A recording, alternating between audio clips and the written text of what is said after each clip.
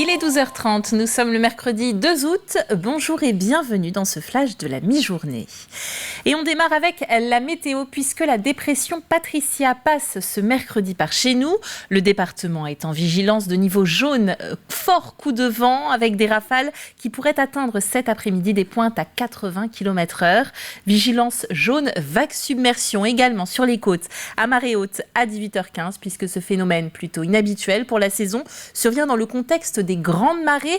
Par conséquent, quelques sites ont annoncé fermer leurs portes cet après-midi. C'est notamment le cas de Parcabou à Fontenay-le-Comte ou de la base de loisirs de Chassenon. Par arrêté municipal, le maire de Longeville-sur-Mer a décidé de fermer les plages de sa commune au public jusqu'à nouvel ordre. Des animations également sont reportées. L'île d'Olonne, par exemple, annonce l'annulation du marché paysan et le report de la soirée concert et feux d'artifice au mercredi suivant. Ce mercredi et jeudi, enfin, aucun bateau de la compagnie vendéenne n'assurera le transport des passagers entre l'Île-Dieu et le pays de Saint-Gilles-Croix-de-Vie. Yeux Continent annonce maintenir pour le moment ses traversées sous réserve de l'évolution des conditions. Quoi qu'il en soit, la vigilance est de mise pour toutes vos activités extérieures. Au Boupère, rien ne se perd. Un état d'esprit qui se traduit par des actes concrets. Pour la construction de la nouvelle salle polyvalente, la commune compte réutiliser les matériaux de l'ancienne salle du lavoir avant sa démolition. Un chantier mené par les habitants eux-mêmes de façon bénévole. Voyez ce reportage signé Grégoire de Châtillon.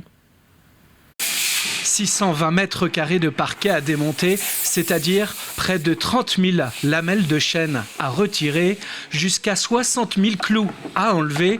La salle du lavoir de la commune du Boupère n'est plus aux normes, elle sera démolie. Le parquet va alors être récupéré et sera réemployé dans la future salle du Boupère, actuellement en construction.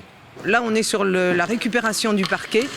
Après, on va récupérer tout l'OSB qui est sur les murs, toutes les dalles de plafond pour l'isolation, tout l'éclairage et les sanitaires qui vont être réemployés soit dans la nouvelle salle, soit au besoin dans les salles communales qui devront avoir des travaux. Récupérer des matériaux, alors c'est pas une économie financière, mais en tout cas ça a du sens et ça donne sens au projet qu'on fait. Ça complète vraiment l'idée d'aller vers le biosourcé et l'économie des matériaux pour demain. Un projet collectif pour une économie des ressources, c'est le défi que s'est donné la commune avec la participation de ses habitants. Cette salle, Hilaire Guillotot la connaît bien. Il a joué ici au tennis de table pendant 40 ans. Ils m'ont dit, viens nous aider. Alors, je demande avec ça, moi, c'est pas un travail, c'est une distraction qu'on fait, là, c'est de nettoyer ces petites lamelles. Bruno Mariusa, lui, adjoint à la commune, avait 12 ans lors de la construction de la salle. Il s'en souvient bien. C'était en 1970, en juin 1970. Et c'est mon grand-père, qui était d'ailleurs le patron de l'entreprise, qui a posé ce parquet, avec mon père. 53 ans plus tard, les 14 km de lames en bois de chêne sont récupérés avec précaution, ce qui, au début de ce chantier, n'était pas gagné d'avance. On ne savait pas exactement comment faire pour enlever le parquet sans l'abîmer. On a fini par trouver une solution, comme vous avez vu, avec le petit levier avec la roulette, qui permettait de récupérer les languettes pas cassées, alors qu'au début, la moitié était à la poubelle.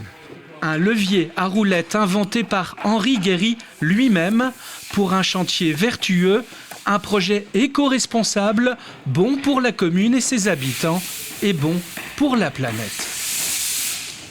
Leur élevage à Berdine-Angus suscitait de nombreuses interrogations des passants et touristes. Ils ont donc trouvé une nouvelle manière de communiquer.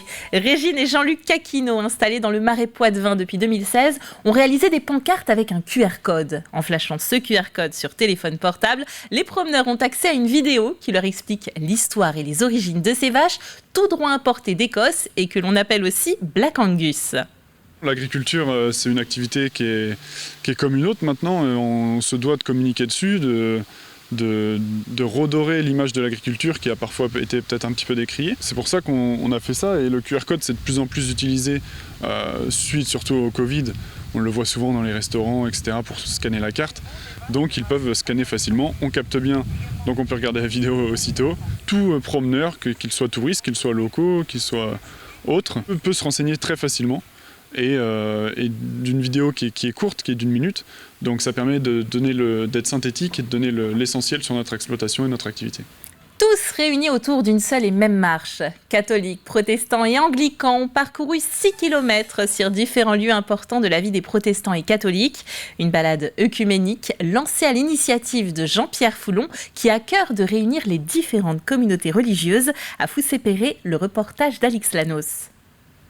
Créer un lien plus profond et réunir les différentes communautés, c'est l'objectif de Jean-Pierre Foulon à l'origine de cette balade œcuménique de 6 km réunissant catholiques, protestants et anglicans. Parce que je suis issu d'une famille mixte, si vous voulez, catholique et protestante. Et je trouvais qu'il était bon que les deux communautés se rassemblent au cours d'une marche dite œcuménique. L'an dernier, on a déjà fait quelque chose autour de la Tardière. Et cette année, nous recommençons à Foussay, la même promenade, mais cette fois avec nos amis anglicans qui nous ont rejoints. Parce que je crois qu'on célèbre des fêtes de manière séparément, et ça me paraît un petit peu contradictoire dans le sentiment d'unité de l'Église au sens large. La balade est ponctuée de haltes pour découvrir l'histoire des différentes communautés religieuses, et notamment celle des protestants contraints de renier leur religion dans les années 1680. Ils se retrouvaient alors dans des assemblées dites du désert, premier point de halte de cette marche. Louis XIV va supprimer la liberté de culte et les droits reçus des protestants lors de l'édit de Nantes en le révoquant en 1685. Cet édit de Nantes apportait la paix religieuse en France après les guerres de religion. C'est pour tous l'occasion de se découvrir et d'enrichir sa culture. Pour enlever tout ce qui pourrait être des difficultés que l'on rencontre sur notre ignorance des uns et des autres. J'aime bien être et discuter avec les gens qui sont pas de foi différentes, mais qui ont des perspectives un peu différentes. Pour le père Michel Groslot, prendre conscience du passé qui a pu séparer les différentes branches du christianisme doit permettre de cheminer ensemble pour faire face aux difficultés actuelles. Aujourd'hui, la foi ne va pas de soi, donc c'est important aussi de voir comment les uns les autres on essaie de relever ce défi. Et donc le partage entre nous, c'est toujours important. La cinquantaine de marcheurs s'est arrêtée au temple de Villeneuve, puis celui de Foussé-Perret, avant de se retrouver à l'église de la petite commune du Sud-Vendée.